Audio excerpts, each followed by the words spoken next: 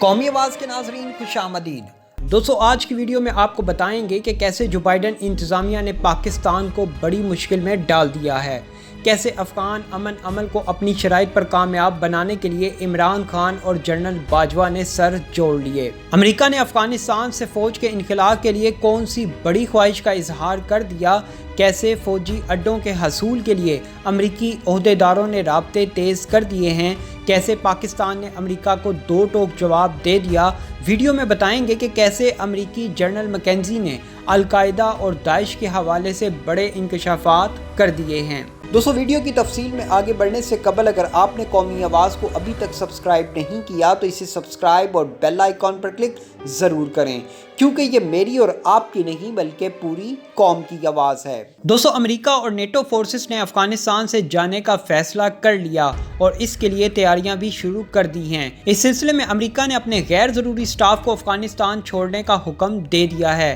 امریکی سفیر ولسن کا کہنا ہے کہ حملوں کے خطرے کے پیش نظر غیر ضروری سٹاف کو واپس بلا لیا گیا ہے۔ انہوں نے کہا کہ افغانستان سے واپس بلائے گئے سٹاف کی تعداد تھوڑی ہے، جبکہ امریکی فوج کو انخلاء میں معاونت کرنے والا ضروری سٹاف کابل میں موجود رہے گا۔ دوستو امریکہ افغانستان سے جا تو رہا ہے، لیکن وہ یہاں کے معاملات پر نظر رکھنے اور طالبان پر دباؤ ڈالنے کے لیے اپنی فوج کی موجودگی ہر صورت افغانستان کے ہمسایہ ملکوں میں رکھنا چاہتا ہے۔ افغانستان کے ارد گرد اپنی فوج کی موجودگی کے لیے جو بائیڈن انتظامیہ کو اڈوں کی ضرورت ہوگی، جو امریکہ پاکستان سے حاصل کرنا چاہتا ہے، لیکن اس بار پاکستان نے عزم کیا ہے کہ وہ امریکہ اور دوسرے ملکوں کی جنگ کا حصہ نہیں بنیں گے۔ اگر پھر بھی پاکستان نے امریکہ کو فوجی اڈے دیے تو طالبان جواب میں پاکستان کو ٹارگٹ بنائے گا، جو اسلام آباد کے حق میں کسی صورت بہتر نہیں۔ امریکی فوج کی سینٹرل کمانڈ کے سربراہ جنرل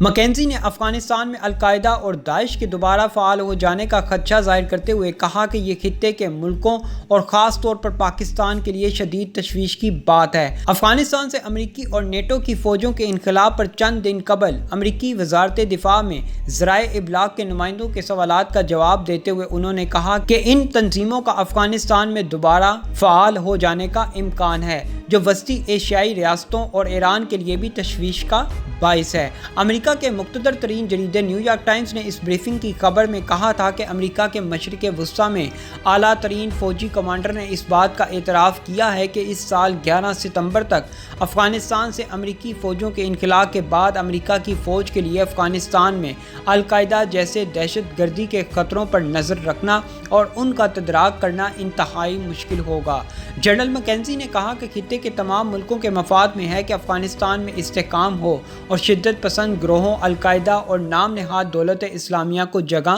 نہ دی جائے۔ جنرل مکینزی نے کہا کہ ان کے خیال میں امریکی اور نیٹو افواج کے افغانستان سے نکل جانے کے بعد اگر دباؤ برقرار نہ رکھا گیا تو القاعدہ اور دولت اسلامیہ افغانستان میں دوبارہ منظم ہو سکتی ہے۔ انہوں نے کہا کہ یہ دباؤ افغان حکومت کی طرف سے ڈالا جا سکتا ہے، لیکن ابھی یہ نہیں کہا جا سکتا کہ مستقبل میں افغان حکومت کے خد و خال کیا ہوں گے۔ سینٹرل کمانڈ کے سربراہ نے مزید کہا کہ طالبان نے بھی یہ یقین دہانی کرائی ہے کہ وہ ان تنظیموں کو افغانستان کی سرزمین استعمال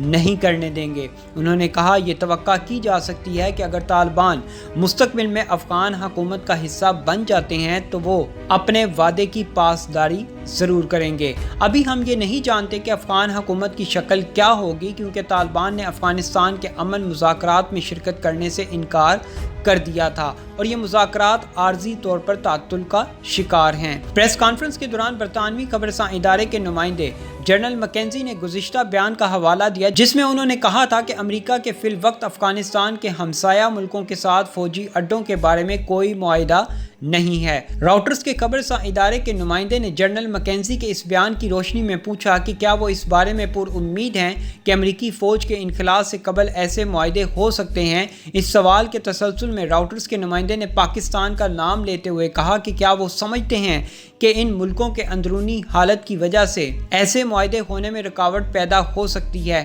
جنرل مکینزی نے اپنے جواب میں پاکستان کا کوئی ذکر نہیں کیا۔ یاد رہے کہ افغانستان پر حملے کے وقت